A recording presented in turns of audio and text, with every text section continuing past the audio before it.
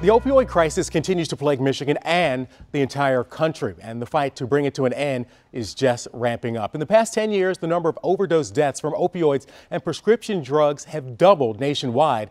Now, former NFL legends are joining the conversation to show how addiction can affect everyone. This morning, we'd like to welcome Pete Kerplevich and Sean Jordan of the sports marketing agency, both NFL alumni of with the Detroit chapter. Thank you so much for being here, guys. Tell us a little bit, Pete, about the luncheon.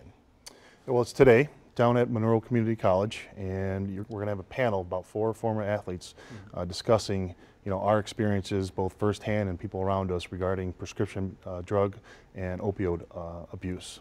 Now, we hear so much about opioids, and lots of folks will say, well, they got started coming from the hospital and they sort of needed something to keep going. How does an NFL athlete make that transition into opioids? Well, a lot of guys, it's a violent sport, right? And you have to stay healthy and you have to get on the field and perform. And firsthand experience, I had to take some, pain medication to get on the field to overcome injuries. And sometimes guys, long after their careers are over, can't move beyond, and it stays with them and turns into an addiction. And Sean, when you'll have the luncheon, you'll have people there. What do you hope people take away from this? Well, excuse me. Thank you, Keenan. Really kind of the purpose of the luncheon is to have folks from the Monroe community kind of be introduced to this as a broad spectrum issue. So as Pete alluded to, there are several problems and issues that resonate in the NFL, but that goes all the way down to the everyday person. And a lot of times people are injured, whether they be in car accidents or in just trying to deal with the pain of a simple injury will cascade into a more deeper issue. And a longer lasting issue, right? Because people have a hard time getting off of it. Pete, you mentioned that you've had your own issues. How were you able to kick that and move on with your life? It takes discipline. It takes a good doctor and family members supporting you to understand what you're going through, the pain.